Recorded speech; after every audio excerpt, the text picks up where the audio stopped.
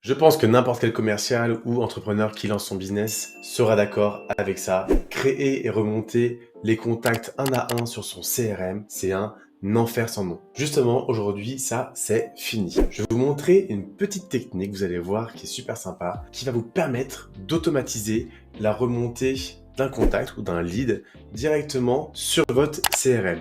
Et ce qu'on va faire aujourd'hui, c'est encore mieux, c'est que on va lancer des campagnes de cold emailing, donc à la fois sur les réseaux et par email. Et l'intérêt, c'est que dès qu'une personne va me répondre, elle va automatiquement remonter dans mon CRM. Pour ça, on va avoir besoin de 3 outils. Wallaxy qui me permettra de faire mes séquences de messages sur LinkedIn et par email. Ici, on va avoir besoin du webbook. Donc justement, je vais vous expliquer ce que c'est, comment on va pouvoir l'utiliser. On va prendre Make pour relier Wallaxy et mon CRM pour que justement, on puisse remonter l'info de manière automatique à la bonne place. Allez, le suspense, c'est fini. Je vous partage mon écran et on se rejoint tout de suite sur Make. Ok, c'est parti. On est bien sur Make. La première chose que je vais faire, moi, c'est récupérer un webbook. Pourquoi? Parce que à côté de ça, j'ai Wallaxy. Et ce que je vais faire, encore une fois, c'est récupérer les informations qui sont poussées de Wallaxy, des personnes qui m'ont répondu, pour les récupérer sur Make. En tout cas, pour la première partie. Make, qui, encore une fois, sera le logiciel qui va me permettre de faire la liaison entre Wallaxy, mon séquenceur email, avec mon CRM. Mais ça pourrait faire aussi la liaison avec plein d'autres choses, avec un outil de newsletter, avec Airtable, avec votre base de données, c'est tout ce que vous voulez. Bon, là, on fait vraiment une action de remonter automatiquement les réponses de séquences de cold emailing. Ce que je vais faire, premièrement, c'est récupérer un webbook. Ok, donc pour ça, vous, si vous l'avez pas, vous tapez directement webbook ici, vous l'aurez dans la liste. Et ce qu'on veut nous récupérer, c'est le webbook et non pas le mailhook. Faites bien attention. Je clique dessus, je vais en ajouter un nouveau, que je vais appeler Wallaxy avec le nom de votre campagne potentiellement, donc ça va être test. Je fais OK, et ça va me générer le webbook. Qu'est-ce que c'est le webbook? C'est juste un simple petit URL qui va me permettre de pouvoir connecter un ou plusieurs outils ensemble. Pour la métaphore, celle que j'aime bien annoncer, c'est comme si en fait on était des pirates entre guillemets, on avait notre bateau, on voulait partir à l'abordage d'un autre bateau, et on lançait le grappin sur l'autre bateau. Le grappin, c'est le lien, c'est le webbook. Et grâce à ce grappin, à cette corde, on va pouvoir faire transiter tous les trésors de l'autre bateau sur notre bateau. Donc c'est un peu le même système. Là, on va, grâce à ce grappin-là, on va lancer sur Wallaxy et on va réussir à récupérer toutes les personnes qui répondent avec leurs informations. Là, c'est le même système. Donc je copie ce grappin, ce webbook, et je vais l'insérer. Donc là, c'est sur une séquence Wallaxy quelconque que vous avez choisi. On va copier-coller sur l'action de réponse, hop, le webbook. Là, je vais faire OK et je vais runner ma séquence, mon scénario, pour que justement j'active mon webbook. Donc voilà, on fait à côté, ça va tourner de manière indéfinie, c'est normal. On va revenir sur Wallaxy et là, je vais tester. Hop, et vous allez voir, l'info va bien remonter. En effet, le grappin a bien été accroché à Wallaxy et l'information a bien été poussée. Donc ce que vous avez ici, ce sont les informations de test, bien sûr, parce qu'il n'y a encore rien qui a été remonté, mais c'est pour que vous puissiez vous attendre, voir un petit peu à quoi ça correspond. Tout ça, je veux le pousser dans mon CRM à la bonne place. Ce qu'on va faire maintenant, c'est qu'on aura une petite étape transitaire qui est nécessaire. Ça va être d'intégrer un Google Sheet. Donc pour ça, bon, simple, hein, on tape dans la barre de recherche sheet.new qui va générer un nouveau Google Sheet. Encore n'oubliez pas, nous on veut que ça ressemble à ça. On va y mettre nom, prénom, mail, LinkedIn, etc., etc. En fait, toutes les informations que vous voyez apparaître ici, vous pouvez les récupérer. Donc, pareil pour le site internet de l'entreprise, pareil pour le nom de l'entreprise, si le mail a été répondu, bon bref, j'en passe. Vous voyez un petit peu tout ce qu'il y a ici.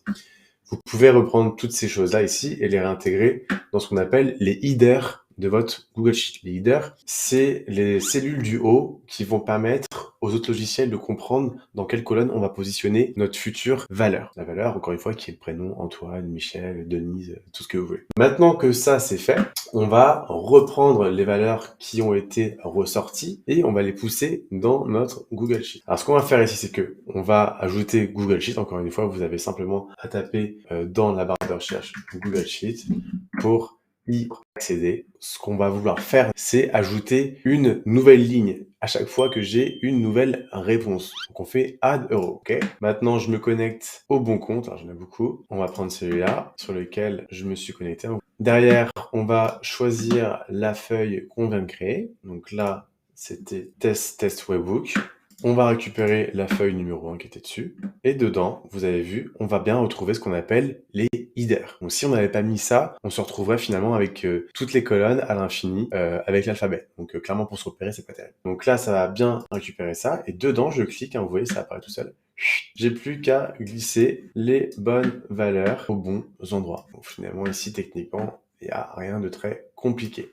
Run once, encore une fois, il faut repousser l'information. Donc bon, on va refaire tester. Ça remonte et je vois bien que dans mon Google Sheet, l'information est bien repartie à la bonne place. Donc ça veut dire que déjà automatiquement, ça tourne. Ça veut dire que dans votre Google Sheet, dès qu'il y a une réponse, on va avoir tout le listing. Donc si derrière, vous avez des numéros de téléphone, vous avez un commercial ou un SDR qui est prêt à appeler, à dégainer le téléphone, et ben c'est un très bon moyen de le faire. Donc là, c'est plus système D. C'est quand même bien de l'avoir parce que derrière, en fait, pourquoi moi j'aime bien avoir un Google Sheet, ça me permettrait potentiellement de mettre d'autres actions en place dès qu'on a un email et de ne pas pourrir, entre guillemets, mon CRM avec des personnes qui sont potentiellement pas intéressées pour aller plus loin. C'est une idée.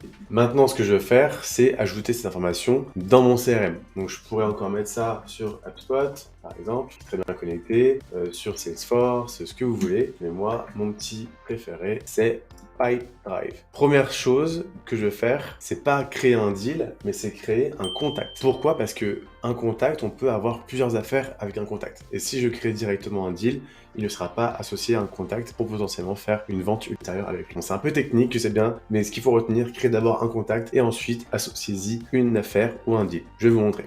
Donc, on va chercher personne, donc créer une personne. Alors, une personne, c'est un contact, c'est la même chose. Et là, il va nous demander de nous connecter à notre compte Pipedrive. Donc pour ça, très simple, vous cliquez sur Add, vous mettez API token, vous allez sur votre compte personnel, il faut que ce soit en admin, bien sûr, attention, si vous n'êtes pas en admin, ça ne pourra pas marcher, et vous allez copier votre clé API que je vais bien sûr jalousement garder secrète. Vous la collez ici, et ça va connecter mon compte. Ce qu'on va faire dans le name, on va reprendre uniquement first name, hop, je vais mettre un espace et le nom de famille. Organisation pour l'instant, on laisse ça de côté. Et moi, ce qui m'intéresse, ça va être les emails, donc on peut mettre directement les values ici. Idem pour le téléphone. Alors, pas besoin de mettre un label, moi je mets directement les numéros de téléphone. Alors vous me direz en effet pourquoi j'ai mis l'étape de Google Sheet alors que on peut directement l'imbriquer en une seule fois. Encore une fois, je reviens dessus, ça peut être important d'avoir des fichiers externes, on sait jamais, moi je suis toujours sécure avec ça. Si demain ma base de données pète sur mon CRM ou je ne sais quoi, il y a quelqu'un qui a été mis en admin par erreur et qui bousille des bases, au moins j'ai ma petite sauvegarde de côté. Une fois que c'est fait, je fais OK. Et ce que je vais faire, c'est que là, je vais run le module. Je vais juste mettre mon prénom, Magliulo, email et mon numéro. OK. Et ça, pourquoi je vais faire ça? Parce qu'en fait, ça va créer ce qu'on appelle le numéro d'identifiant. L'ID, je sais, on rentre dans le technique, mais c'est pas grave. Au pire, recopier. L'intérêt, c'est de comprendre et c'est de pouvoir aussi le faire de manière opérationnelle chez vous. Je vous explique pourquoi c'est indispensable de faire ça. Si vous n'avez pas ce numéro d'identifiant de création de contact, vous n'allez en aucun cas pouvoir associer l'affaire que vous allez créer au contact. Là, je dis bien de manière automatique. Là, je crée juste le chemin. Donc, je vais récupérer ce petit identifiant. Vous allez voir, on va le mettre après. Je fais encore une fois Pipedrive. Et cette fois-ci, on va créer un deal. Et donc, moi, ce que je fais pour me repérer, je vais faire title. Ce que j'aime bien, c'est faire un petit, comme ça vient de Walaxy, mon l'alien. Grâce à ce petit code-là, ça pourrait être autre chose, je pourrais juste taper Walaxy, je vais savoir que le lead qui est créé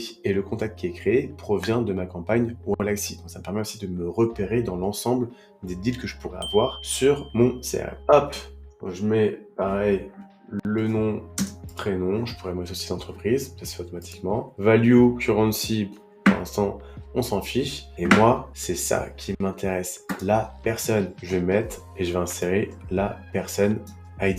Et là, ça va faire le lien maintenant. Donc le stage, ça va être dans votre pipe, dans votre funnel de vente, à quel endroit vous voulez que votre deal s'insère, ok? Alors moi, comme j'ai des pipes et des funnels un peu plus précis pour certains autres projets, je vais pouvoir le mettre par exemple en cours de discussion. Je sais qu'actuellement, je parle avec la personne sur LinkedIn ou par email, donc je la mets en cours de discussion, je me focus plus sur ces personnes-là qui ont déjà répondu, plutôt que d'autres. Statut, on le met ouvert. Hop, après tout le reste, hein, c'est du blabla, ça c'est votre petite popote. On re-run encore une fois, on va refaire éditer, relancer, et là, hop, super, c'est bien créé. J'ai John Doe qui a été créé, donc on va partir voir si c'est bien le cas. Et je vois bien en effet John Doe qui a été créé juste ici. Donc dans sa fiche, on va bien retrouver sur sa fiche contact les informations qu'on a voulu remonter. Voilà, j'espère que cette vidéo vous aura plu. N'hésitez pas à nous suivre, à nous partager et à nous liker. Si vous avez la moindre question, n'hésitez pas à nous l'écrire en commentaire. Et on se tient très vite au courant pour de nouvelles vidéos et de nouvelles astuces. Salut à tous!